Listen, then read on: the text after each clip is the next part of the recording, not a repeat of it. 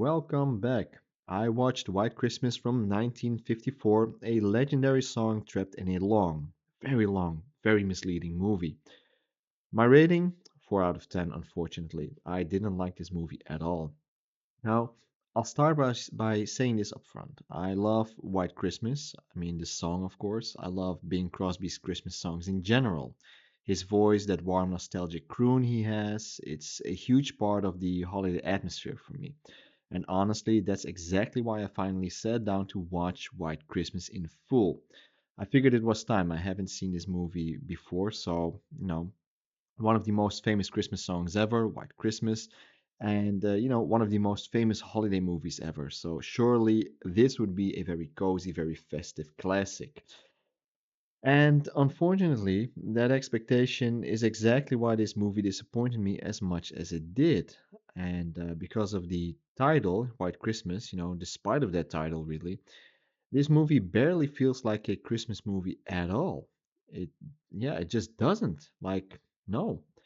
What this film actually is a very long, very indulgent collection of showbiz and nightclub style performances, just loosely connected by a very thin plot about helping an old army general who's fallen on hard times.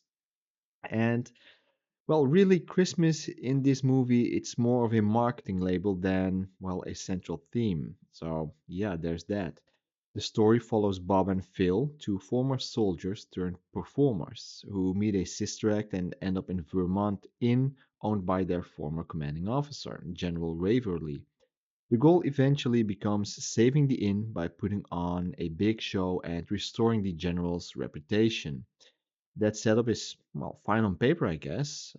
Kind of weird for a Christmas movie, even though it isn't a Christmas movie. And the execution is really where things start to drag, like badly drag.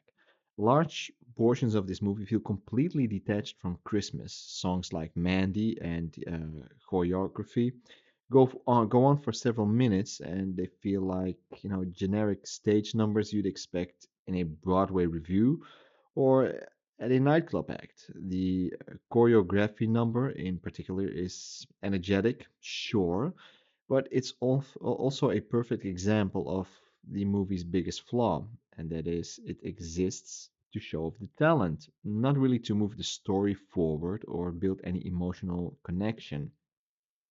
There's a long stretch where you could forget this is supposed to be a holiday movie at all. Even when the film focuses on its main conflict, the misunderstanding surrounding General Waverly, it feels oddly hollow, to be honest. The general is upset because he believes his former soldiers have turned their backs on him. But this entire conflict could be resolved by an honest conversation. Instead, the movie stretches it out artificially, and that is a problem. Only to wrap it up neatly once it is convenient. There is no real tension, no emotional weight, just polite misunderstandings and very quick resolutions. The romance here doesn't help either. We have Bob and Betty's relationship, which is built almost entirely on assumptions and miscommunications. Well, that is a pretty bad way to start a relationship. Betty overhears something, draws the wrong conclusion, and emotionally shuts down. Instead of confronting the issue like an adult, the movie uses this misunderstanding as its main source of drama. It's really thin, it's dated, and oh my god, it's frustrating to watch, really, especially given how long this film already is. And then there's the music, which is where my disappointment really sets in. Aside from White Christmas, most of the songs really don't stick with me at all. Given the film's legendary status, I was genuinely surprised by how few musical moments felt memorable or emotionally resonant. The title song itself, well, obviously beautiful, especially when Bing Crosby performs it, but it's used sparingly, almost like the movie knows it's holding its best card and doesn't want to play too early. When when the final snowy performance of White Christmas finally arrives, it does do the trick. It definitely works. It's warm, it's nostalgic and sincere. By but by that point, the movie has already spent well over 2 hours testing my patience, and I was already pretty done with it. It feels less like a natural emotional payoff and more like the film finally delivering on the promise, that the title has made in the very beginning.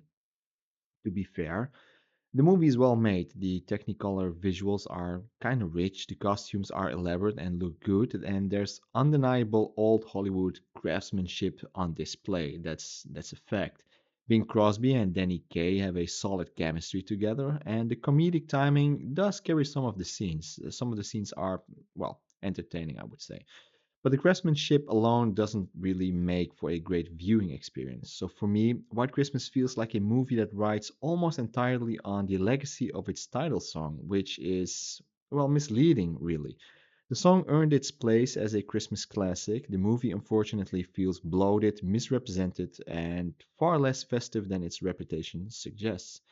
So in the end, I'd give White Christmas about a 4 out of 10, maybe 4.5 on a good day. I mean, I love the song, I love Bing Crosby's Christmas music, but the movie itself, it felt overlong, unfocused, and surprisingly disconnected from the holiday it's named after. A classic case where the legend is far stronger than the film surrounding it. So yeah, that's my take on the movie. I hope you enjoyed it, hope it was useful. Let me know what you think, and I'll talk to you in the next one. Bye bye.